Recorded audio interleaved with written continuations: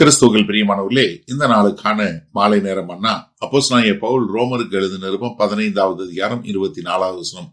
ரோமர் 15:24. ரோமன்ஸ் 15:24.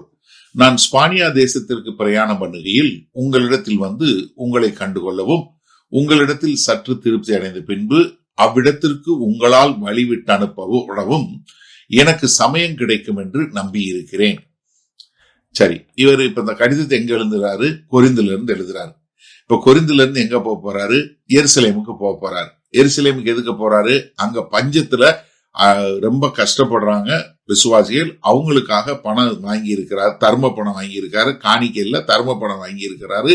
அதை கொண்டு போய் அவங்களுக்கு கொடுத்துட்டு அங்கிருந்து ரோமுக்கு வந்துட்டு ரோமாபுரியிலிருந்து எங்க போக போறாரு? ஸ்பெயின் என்று சொல்லக்கூடிய ஸ்பானியாவுக்கு போக போறாரு.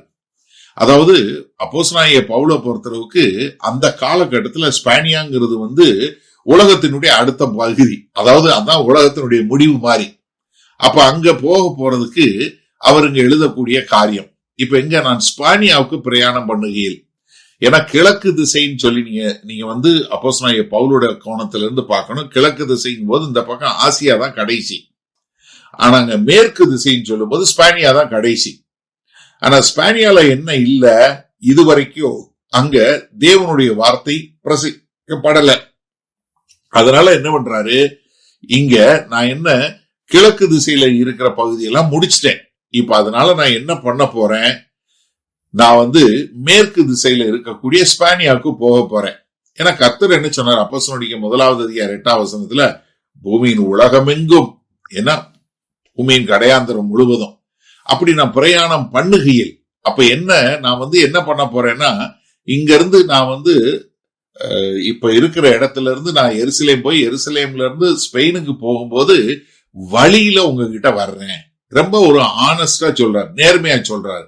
நான் நீங்க தான் முக்கியம், உங்ககிட்ட வர்றேன், உங்களை பாக்குறதுக்காக வரேன். இல்ல இல்ல இல்ல இல்ல, நான் என்ன பண்ண போறேன், என்னுடைய பிரயாணம் என்ன, ஸ்பானியாவுக்கு போறேன், வழியில உங்களை பார்த்துட்டு போறேன். அப்ப என்ன, ரோம் என்னுடைய இது கிடையாது, டெஸ்டினேஷன் கிடையாது, அது இல்ல, வழியில நான் உங்களை பார்த்துட்டு போறேன் அப்படின்னு சொல்லக்கூடிய காரியம். அது மாத்திரமல்ல, உங்களிடத்தில் உங்களை கண்டுகொள்ளவும் உங்களிடத்தில் சற்று திருப்தி அடைந்த பின்பு அவ்விடத்திற்கு உங்களால் வழி அனுப்பி விட்டு அனுப்பப்படவும்.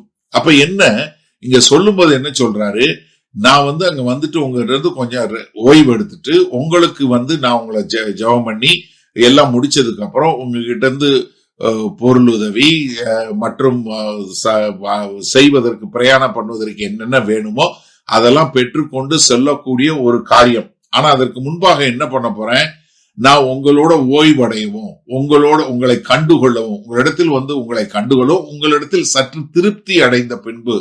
ஏன்னா ரோமாபுரியில் உள்ள மக்களுக்கு என்ன சொன்னாரு, நான் உங்களுக்கு ஆவிக்குரிய வரங்களை கொடுப்பதற்காக வரணும். ரோமர் 1:11-12 சொல்லிட்டாரு. அதை முடிச்சுட்டு நான் அங்க போகும்போது உங்ககிட்ட இருந்து உதவி பெற்றுக்கொண்டு, ஏன்னா அந்த நாட்கள்ல பிரயாணப்பட்டு போறவங்களுக்கு அங்கங்க உள்ள சபைகள் என்ன கொடுத்தாங்க, பொருள் உதவி, பண உதவி, ஆட்கள் உதவி, இதெல்லாம் செய்தாங்க. அதை பெற்றுக்கொண்டு போவதற்காக நான் உங்ககிட்ட வர்றேன் அப்படின்னு சொல்லக்கூடிய ஒரு காரியத்தை சொல்றார். சரி, இந்த நாள்ல இந்த வசனத்தை நம்ம எப்படி எடுத்துக்கொள்வது? இந்த செய்தியை கேட்டுக்கொண்டு இருக்கிற நீங்களும் உங்க சபையும் ஆட்களை அனுப்புகிற சபையாக இருக்க வேண்டும். ஆளுங்களை எங்க சர்ச்சுக்கு வாங்க வாங்க வாங்க, இதுக்கு வாங்க, சர்ச்சுக்கு வாங்கன்னு கூப்பிடுறத காட்டிலும், வந்தீங்களா, கத்துக்கொண்டீங்களா, போங்க. எப்படி ஒரு சபையினுடைய கெப்பாசிட்டி, என்னை பொறுத்தளவுக்கு இதுதாங்க நான் சொல்லுவேன். ஒரு சபையினுடைய கெப்பாசிட்டி நீங்க எத்தனை பேரை உள்ளுக்குள்ள உட்கார வைக்கிறீங்க இல்ல, எத்தனை பேரை வெளியே அனுப்புறீங்கிறதா இருக்கு. ஏன்னா புதிய ஏற்பாட்டுல நீங்க வேத வசனத்துல பார்க்கும்போது எத்தனை பேரை அவங்க அனுப்பிச்சாங்கிறதா அவங்களுக்கு உள்ள ஒரு காரியம். இப்ப அப்போஸ்தலனாகிய பவுல் என்ன சொல்றாரு, ரோமுக்கு நான் நான் என்ன பண்ணணும், ஸ்பெயினுக்கு போகணும், என்னை அனுப்பணும். ஏன்னா நீங்க நன்றாக புரிஞ்சு கொள்ளுங்க, இதுல ரொம்ப தூரம்.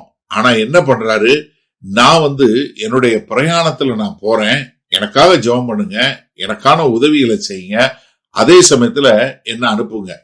அப்ப என்னன்னா, ஒவ்வொரு திருச்சபையும் எப்படி இருக்கணும்னா, இதே மாதிரிதான் மக்களை சேர்த்து தேவனை ஆராதித்து தேவனுடைய வார்த்தையில கற்றுக்கொண்டு அவர்கள் எங்காவது அனுப்பக்கூடிய மக்களாய், நீங்க யாரை எங்க அனுப்புறீங்க? உங்களுக்கு ஸ்பெயின் எதுங்க? ஏன்னா ரோமாபுரி திருச்சபைக்கு வந்ததும் அப்போஸ்தலனாகிய பவுல ஸ்பெயினுக்கு அனுப்ப போறாங்க. இப்போ உங்களுக்கு உங்க சபைக்கு எது ஸ்பெயின்? யார் அனுப்ப போறீங்க? ஏன்னா நீங்க ஒவ்வொருத்தருக்காக நீங்க ஜெபம் பண்ணி பிராக்டிக்கலா இந்த மாதிரி காரியங்களை அறிக்கப்படாத இடங்களுக்கு, ஏன்னா ரோமாபுரியில இருந்து ஸ்பெயின் தூரம், ஆனா அவங்களை அனுப்புறதுக்கு ரோமாபுரி சபை ஆயத்தமா இருந்தது. அப்போஸ்தலனாகிய பவுல் கேட்டாரு. இன்றைக்கு இந்த செய்தியை கேட்டுக்கொண்டு இருக்கிற நீங்க உங்க சபையிலிருந்து யார எங்க அனுப்பக்கூடிய மக்களா இருக்கிறீங்க? சபை நல்லா தெரிஞ்சு கொள்ளுங்க, இது சேர்க்கிறதா இருக்கக்கூடாது, அனுப்புறதாக இருக்க வேண்டும். வல்ல பிதாவே, இந்த அருமையான நல்ல நாளுக்காய் நன்றி. இந்த செய்தியை கேட்டுக்கொண்டு இருக்கிற ஒவ்வொரு ஆண்டவரே எங்ககிட்ட வாங்கன்னு சொல்லி கேதரிங்கா இல்லாம ஆண்டவரே அனுப்புகிற சபையாய், ஆதி திருச்சபை போல ஒவ்வொரு சபையும் அனுப்புகிறவர்களாய் இருக்க எங்கள் தேவன் கிருபை பாராட்ட வேண்டுமாய் இயேசு கிறிஸ்துவின் மூலம் ஜெபிக்கிறோம் வல்ல பிதாவே, ஆமேன். கர்த்தர் உங்களை ஆசீர்வதிப்பாராக. நாம் நாளை காலை தினசரி தியானத்துல சந்திப்போம். Good night.